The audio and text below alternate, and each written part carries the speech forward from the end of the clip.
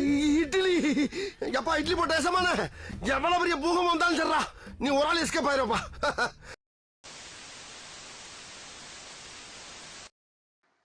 முன்னாடியே today ட்ரெண்டிங்கோட video பார்த்து react பண்ணியாச்சு. இப்ப இவரு என்ன உள்ள பண்ணி வச்சிருக்காருன்னு நாங்க பார்க்க போறோம். இவருனா எவரு ராகேஷ் ஜெனி அப்படின்னு சொல்லி வேற மறந்துட்டோம்.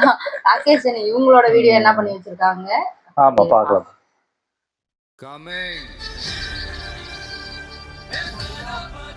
இந்த படத்தோட ரிவ்யூ பார்க்க போறதுக்கு முன்னாடி ஒரு விஷயத்தை கண்டிப்பா நம்ம மறந்துருக்க மாட்டோம். இந்த படம் டெலிகிராம்ல ஏற்கனவே ரிலீஸ் ஆயிடுச்சு, அதுவும் HD வெர்ஷன்ல. அதுக்கப்புறம் இன்னைக்கு தான் ரிலீஸ் ஆயிருக்கு. மெட்ராஸ் ஹைகோர்ட்ல சென்னை போலீஸ் கொடுத்த இன்ஃபர்மேஷன் என்ன தெரியுமா? ஒரு 20 டேஸ்க்கு முன்னாடி சுமார் 1.2 crores மக்கள் டெலிகிராம் ஒரு இல்லீகல் வெப்சைட் மூலமா ஆல்ரெடி பார்த்துட்டாங்க அப்படின்னு அபிஷியலா அனௌன்ஸ் பண்ணியிருந்தாங்க. சரி, இந்த படத்தை தான் ஏற்கனவே பார்த்துட்டாங்க எல்லாரும். இனி தியேட்டர்ல ரிலீஸ் ஆனா என்ன, மத்த படம் மாதிரி தான் இந்த படமும் ஓவர் ஹைப்லாம் இருக்காது. முக்கியமா ஃபர்ஸ்ட் டே ஃபர்ஸ்ட் ஷோன்னு சொல்லிட்டு ஒரு கும்பல் சுத்தும் தெரியுமா, 1500 ரூபாய்க்கு விற்கிறதுக்கு. அந்த கும்பலுக்கு பெரிய நஷ்டம் தான் அப்படின்னு நினைச்சிட்டு பார்த்தா பைபிள் இங்க இன்னமும் 9 மணி ஷோ 4000 ரூபாய் 5000 ரூபாய் சொல்லி வித்துறாங்க அதிகபட்சம். அதையும் வாங்குறதுக்கு ஆள் இருக்காங்கன்னா பாத்துக்கங்களேன்.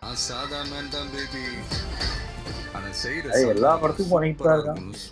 விக்கிறவங்க திருத்த முடியாது, நமக்கு தெரிஞ்சு போச்சு. ஆனா வாங்குறவங்க கொஞ்சம் யோசிச்சு பாருங்களேன். முன்னாடி நாள் பஸ் பிடிச்சீங்கன்னா பெங்களூருக்கோ கேரளாக்கோ அடுத்த நாள் காலைல போய் சேர்ந்துடலாம். அதிகபட்சம் பஸ் டிக்கெட் எவ்வளவு இருக்கும்? போறதுக்கும் வர்றதுக்கும் சேர்த்து ஒரு 1200 ரூபாயில இருந்து 500 ரூபாய்க்குள்ள இருக்கும். ஏசி பஸ் சொல்றேன். அதுக்கப்புறம் டிக்கெட் ரேட்டு ஒரு 500 ரூபான்னு வச்சுக்கோங்க. ஊர் சுத்தின மாதிரி ஆச்சு, படத்தை பார்த்த மாதிரி ஆச்சு. அப்படி ஒரு படத்தை பார்த்து தான் ஆகணுமா அப்படின்னு ஒரு சிலர் கேட்பீங்க. பாக்குறதுக்கு அத்தனை பேர் இருக்காங்களே, எனக்கு பொழப்பு ஃபர்ஸ்ட் டே ஃபர்ஸ்ட் ஷோ பார்த்துட்டு உங்களுக்கு ரிவ்யூ பண்ணணும் அப்படின்றது. ஆனா நிறைய பேர் டிக்கெட் ரேட் ஜாஸ்தியா இருந்தாலும் நான் ஃபர்ஸ்ட் டே ஃபர்ஸ்ட் ஷோ பாப்பேன்னு சொல்லிட்டு வெறி கொண்டு தமிழ்நாட்டிலே 6 மணிக்கே வந்து நிக்கிறாங்க தியேட்டர் வாசல்ல. அதுக்கும் first day first show 9 o'clock தான். அப்ப யோசிச்சு பாருங்க எந்த அளவுக்கு இவர் மேல கிரேஸா இருப்பாங்க அப்படின்னு சொல்லி.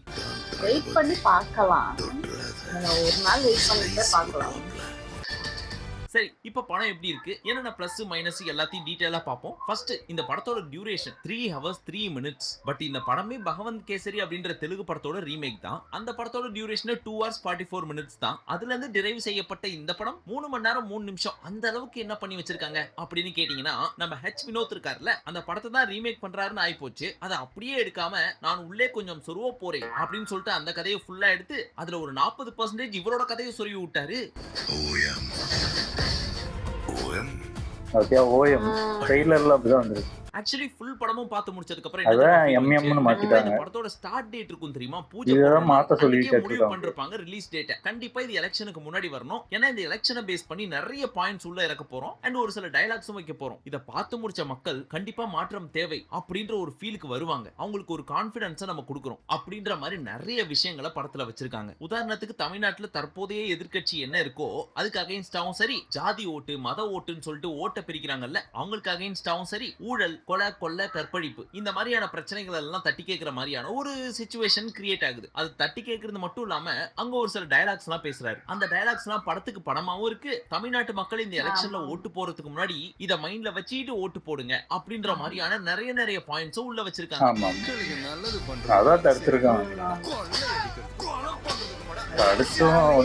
இருக்கிறப்போ ஏகப்பட்ட பிரச்சனை மாறி மாறி வருது. இப்ப உள்ளுக்குள்ள இந்த டீமுக்கு ஒரு பெரிய பிரஷர் கிரியேட் ஆகும்ல. முக்கியமா இந்த படத்தை எலெக்ஷனுக்கு முன்னாடியே ரிலீஸ் பண்ணணும் அப்படின்னு பிளான் பண்ணி தான் நிறைய விஷயங்களை நம்ம மைண்ட்ல வச்சு எடுத்தோம் அண்ட் ஒரு சில டயலாக்ஸும் வச்சோம். அப்படி இருக்கிறப்போ இப்ப கிட்டத்தட்ட ஏப்ரல் மாசமே ஸ்டார்ட் ஆயிடுச்சு. அடுத்த மாசம் மே எலெக்ஷன் டைம், அப்பவும் ரிலீஸ் ஆகலன்னா மக்களுக்கு எப்படி அவேர்னஸ் கொடுக்க முடியும் அப்படின்னு பயந்துட்டு இருக்கிறப்போ பொசுக்குன்னு டெலிகிராம்ல படம் ரிலீஸ் ஆகி போச்சு. 10,000க்கு 1000 லட்சம் மக்கள்லாம் கிடையாது, 1 கோடி மக்களுக்கு மேல பாத்துருக்காங்க இந்த படத்தை. சோ இப்ப நம்ம விஜய் அவர்களுக்கு இதை நினைச்சு பெருமைப்படுறதா இல்ல படம் ரிலீஸ் ஆயிடுச்சேன்னு வருத்தப்படுறதா அப்படின்ற ஒரு ஸ்டேட்டுக்கு போயிட்டாரு. இதெல்லாம் ஏன் சொல்றேன் அப்படின்னா படம் பார்த்தவங்களுக்கு நல்லாவே தெரியும். திரும்பி போற ஐடியாவே இல்ல.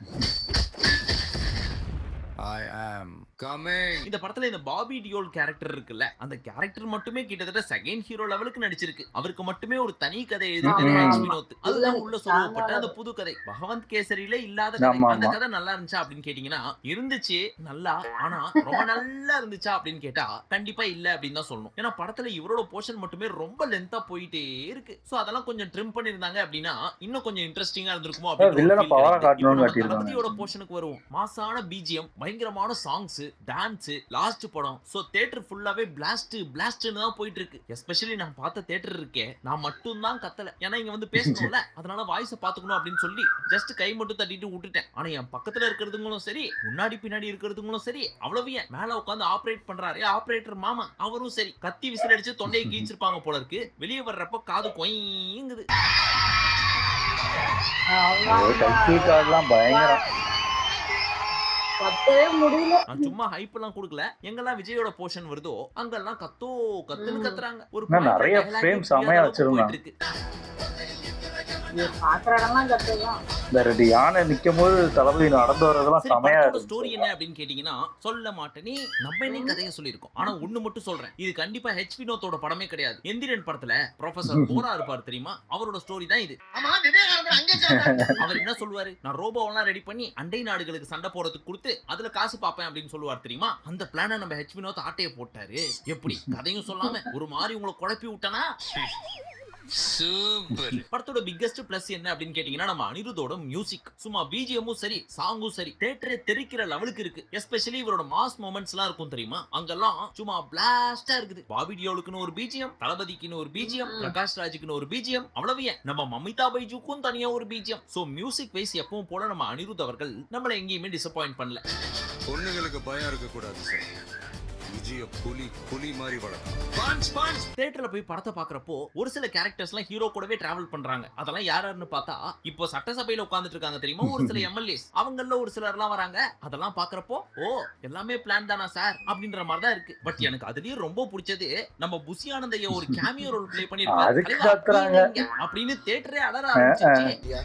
தம்பி போதும் படத்துல நிறைய இடத்துல ஹைப் கொடுத்துட்டே இருக்காங்க. தளபதி யாரு தெரியுமா, அவரோட பாஸ்ட் தெரியுமா, ஆமா, ஆமா. ஐயனார் உடம்புக்குள்ள ஆத்தா புகுந்தா எப்படி இருக்கும் தெரியுமா அப்படின்னு இந்த கேஜிஎஃப் பார்த்து ரொம்ப கெட்டு போயிட்டாருன்னு நினைக்கிறேன் நம்ம ஹெச் வினோத். ஏன்னா இந்த மாதிரி ஒரு மாஸ் ஹீரோக்கு கண்டிப்பா ஒரு மாசான டயலாக்ஸ் எல்லாம் வேணும் தான், இல்லன்னு சொல்ல. ஆனா ஒரு சில டயலாக்ஸ் எல்லாம் பாக்குறப்போ ரொம்ப ஆர்டிபிஷியலா இருந்துச்சு. அதெல்லாம் இக்னோர் பண்ணிட்டு டைரக்டாவே ஸ்லோ மோஷனை காமிச்சு அப்படியே பேக்ரவுண்ட்ல ஒரு பிஜிஎம் போட்டிருந்தாவே கண்டிப்பா அந்த கூஸ் பம்ப்ஸும் இருக்கும். ஐயோ இவ்வளவு பெரிய ஆளா அப்படின்ற ஃபீலும் கிடைச்சிருக்கும். எங்கேயாவது ஆக்ஷன் சீக்வன்ஸ் வருதுன்னு வச்சுக்கோங்க, அதுக்கு முன்னாடி பயங்கர ஹைப் கொடுக்குற மாதிரி ஒருத்தர் பேசுவார். இதை நீங்க கேஜிஎஃப், சலார் இந்த மாதிரி டைரக்டர் பிரதீப் நீலோட படத்துல நிறைய பார்க்கலாம். பட் அது இந்த படத்துக்கு ஒர்க் அவுட் ஆயிருக்கா அப்படின்னு கேட்டா கண்டிப்பா கிடையாது அப்படின்னு தான் சொல்லணும். ஏன்னா தெலுங்கு படத்துக்கோ இல்ல கன்னடா படத்துக்கோ இதெல்லாம் ஒர்க் அவுட் ஆகும். தமிழ் ஆடியன்ஸ்க்கு இதெல்லாம் பாக்குறப்போ தேவையில்லாதோ அப்படின்னு தோணும். அதே மாதிரி படத்தோட டியூரேஷன் 3 மணி நேரம் பண்ணிருக்காங்க. இதுல இன்ட்ரோ, பிளாஷ்பேக் அண்ட் ஃபியூச்சர் எங்கெல்லாம் விஜய் வராரோ அந்த போர்ஷன்லாம் நல்லா இருக்கு. ஆனா ஒரு வில்லன் எப்படி வில்லன் ஆனா அப்படின்றதுக்கான ஒரு கதையை புதுசா சொருவி இருக்காருன்னு சொன்ன தெரியுமா நம்ம ஹெச் வினோத். அந்த கதைலாம் அக்செப்ட் பண்ணிக்கிற மாதிரியே இல்ல. இதெல்லாம் ஒரு காரணமா, இதனாலதான் நீ வில்லன் ஆனியா அப்படின்ற மாதிரி இருந்துச்சு. இதுக்கு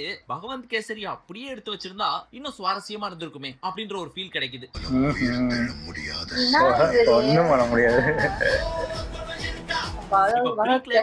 கிட்டத்தட்ட ஒரு அரை மணி நேரத்துக்கு ஒரு கதை போதுங்க. அதை பாக்குறப்போ நம்ம ஜனநாயகன் படத்துக்கு தான் வந்திருக்கோமா இல்ல எந்திரனோட பார்ட் 3 ஆன 3.0 தான் வந்திருக்கோமா அப்படின்ற மாதிரி மாத்தி கொண்டு போயிட்டாங்க. இதுல மதன் கௌரி எல்லாம் வராரு. அவரோட போர்ஷன் எல்லாம் பாத்தீங்கன்னு வச்சுங்க, பிரதர் என்ன பிரதர் எப்ப கமாண்டோ ஆனீங்க அப்படின்னு போய் கமெண்ட் பண்ணுவீங்க. அந்த அளவுக்கு கொஞ்ச நேரம் வந்தாலும் மாசான கேரக்டர் அவர் கொடுத்திருக்காங்க. ஓவரால் படமா பாக்குறப்போ நிறைய போர்ஷன்ஸ் கிட்டத்தட்ட ஒரு 3/4 மணி நேரமே ரிமூவ் பண்ணிருக்கலாமோ அப்படின்ற மாதிரி தான் இருந்துச்சு. அண்ட் அதை ரிமூவ் பண்ணிருந்தாலும் பெரிய இம்பாக்ட் இருந்திருக்காது படத்துக்கு. சோ படம் ஷார்ட்டாவும் முடிஞ்சிருக்கும், இன்ட்ரெஸ்டிங்காவும் போயிருக்கும். சோ அந்த ஒரு 3/4 மணி நேரத்தை பாக்குறப்போ அப்போ படத்துல first hero Vijay, second hero Bobby டியோலா அப்படின்ற மாதிரி ஆயிடுச்சு.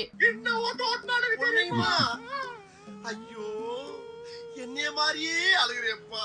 அப்புறம் இந்த ஆக்ஷன் சீக்வன்ஸ், வெட்டு குத்து சொருகல் இப்படி நிறைய இடத்துல ரத்தம் அப்படியே தெரிச்சு ஊத்துது. அதெல்லாம் பிஜிஎம்மோட பாக்குறப்போ பயங்கர கூஸ் பம்ப்ஸா இருக்கு. இருந்தாலும் இதுக்காக ஏ சர்டிஃபைட் கொடுத்தீங்களா? அப்போ இந்த மாதிரி வெட்டு குத்து கொலை வந்ததுக்கெல்லாம் நீங்க வந்து ஏ சர்டிஃபைட் தான் கொடுத்துருக்கீங்க இதுக்கு முன்னாடி அப்படின்ற கேள்வியும் உங்களுக்குள்ள வரும். ஏய் என்னைய வச்சு ஒன்னும் காமெடி கிமெடி பண்ணலையே. ஓடி போயிடு.